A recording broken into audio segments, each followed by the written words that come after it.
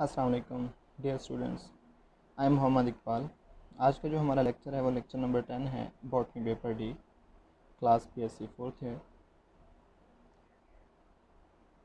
हम स्टडी कर रहे हैं eco physiological responses of temperature, और इसमें हमने ये जो ग्रीन हाईलाइटेड पॉइंट्स हैं ये हमने स्टडी कर लिए हैं प्रीवियस लेक्चर्स में।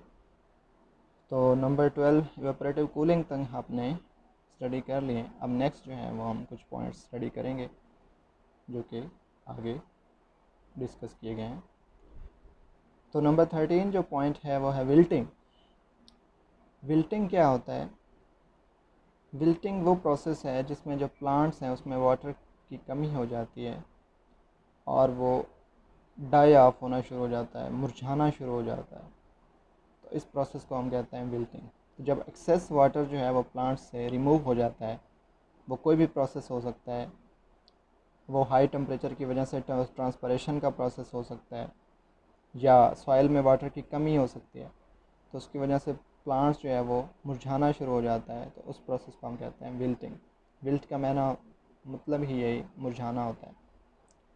सो some plants can wilt during the day instead, which decreases surface area of flowers leaves to the sun.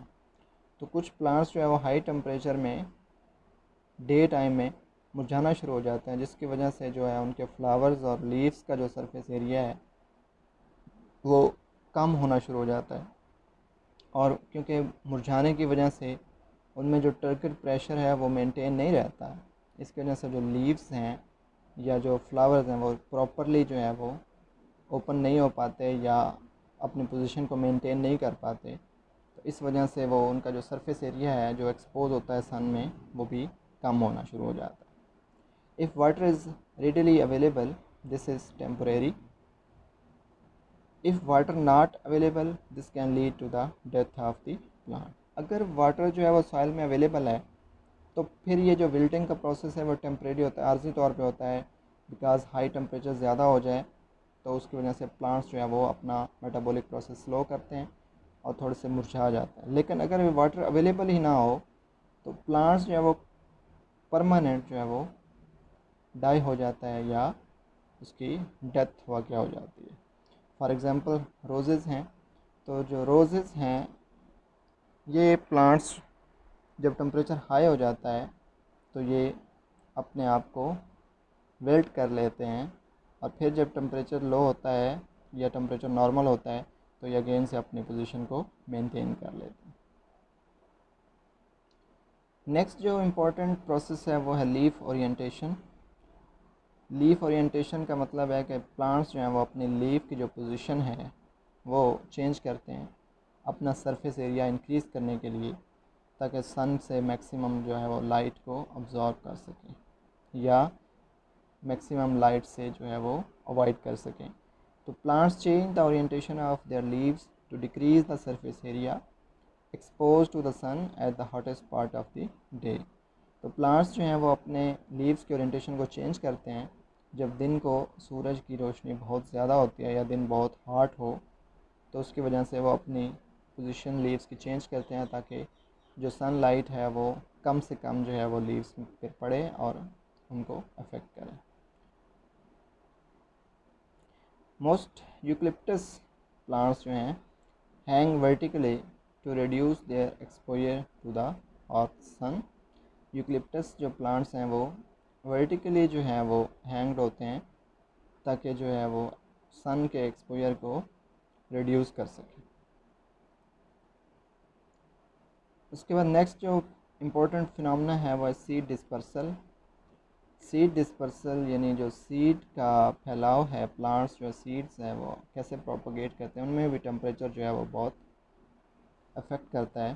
Plants responding to excessive temperature like fires may die, specially non woody plants.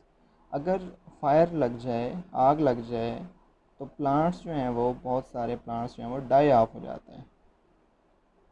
लेकिन वो die of तो हो जाते हैं, लेकिन वो जो अपने सीड्स हैं, वो जो सीड्स हैं उनके वो डॉर्मेंट सीड्स होते हैं और उनके गेट जो है वो थिक प्रोटेक्टिव सीड कोट होता है, तो वो उधर ही छोड़ देते हैं सॉइल में ही, खुद तो डाई ऑफ हो जाते हैं, उनका वेजिटेटिव स्ट्रक्चर सारा डैमेज हो जाता है, लेकिन जो उनके सीड्स हैं वो वहाँ पे गिर जाते हैं और वो डोरमेंसी में चले जाते हैं। तो इस वजह से जो सीड्स हैं वो हाई टेम्परेचर की वजह से या ये जो फायर है इसकी वजह से प्रोपगेट करते हैं, और ये सीड्स फिर जो है वो डिस्पर्स होते हैं one place to another through different carriers, जिसमें एनिमल्स होते हैं, डिफरेंट जो है वो इकोलॉजिकल फैक्टर्स होते हैं, जैसे पानी है, सैलाब है, विंड है। तो इस वजह से ये जो डिफरेंट सीड्स हैं जो सॉइल पे पड़े रहते हैं वो एक जगह से दूसरी जगह मूव करते हैं। Seed dispersal in some Australian plants is stimulated by the extreme heat of fire. कुछ ऑस्ट्रेलियन प्लांट्स ऐसे हैं जहाँ पे फायर ही जो है वो सीड डिस्पर्सल का बायस बनती है। कुछ प्लांट्स हैं जैसे कि banksia, hakea and some eucalyptus plants bear fruits with hard woody cases that are not dropped from the parent plant। तो ये कुछ प्लांट्स हैं जैसे बेंकेसिया, हेकिया एंड यूकलिप्टस प्लांट्स हैं, इनके जो फ्रूट्स हैं उनके गिर्द हार्ड शेल होता है या एक हार्ड केस होता है जो कि प्लांट्स के साथ ही फिक्स रहता है और वो ड्रॉप नहीं होता। तो वहाँ पे फायर जो है वो इफ़ेक्ट करती है और वो उसको सीड को वहाँ से रिलीज़ होने में हेल्प आउट करती है। The heat of fire stimulates the fruits to open and the seeds are released. Some of the seeds need fire as a trigger to germinate begin to grow a seedling. कुछ plants में जो fire है वो germination में भी help करती है, और सम प्लांट्स में die above ground leaving other vegetative propagative structures जैसे कि रूट्स, राइजोम्स, बल्ब्स और tubers to survive underground when favourable conditions return these sprout. तो कुछ प्लांट्स जो ऐसे हैं जो कि जिनके सीड्स जो हैं वो पड़े रहते हैं और उनसे जर्मिनेशन होती है, और कुछ ऐसे होते हैं जो ऊपर से तो जल जाते हैं लेकिन वो नीचे अपने कुछ रिज्यूम्स छोड़ जाते हैं, जैसे रूट्स हैं, राइजोम्स हैं, बल्ब्स हैं और ट्यूबर्स, और वो सर्वाइव करते हैं और ग्रो करते हैं जब कंडीशंस फेवरेबल होती हैं।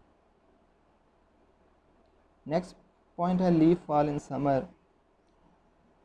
Eucalyptus are evergreen trees that drop some of their leaves during the dry season in hot climates to reduce the surface area exposed to absorb heat। कुछ प्लांट्स ऐसे हैं जो कि एवरग्रीन होते हैं लेकिन वो भी हॉट डेज़ में अपने जो लीव्स हैं वो शेड ऑफ करते हैं ताकि वो जो रिड्यूस कर सकें maximum exposure to sunshine. This also reduces the risk of losing too much water by transpiration. तो जो लीफ शेड है इसका एक दूसरा फ़ायदा ये भी है कि इसकी वजह से टू मच वाटर जो है वो रिड्यूस लॉस नहीं होता, यानी ट्रांसपरेशन रेट भी कम हो जाता है। Temperature is one factor that controls developmental changes in plants life cycle from germination through to flowering and seed dispersal. In Australia, too high a temperature during flower formation produces a poor wheat crop because pollen formation is very temperature sensitive।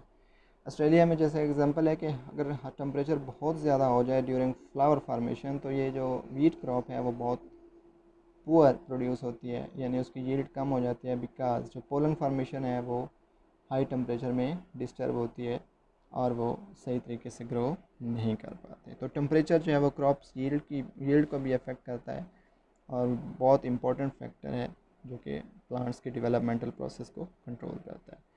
तो आज का lecture हमारा यहाँ तक है, तो next lecture के साथ आएंगे। अल्लाह हाफ़िज़।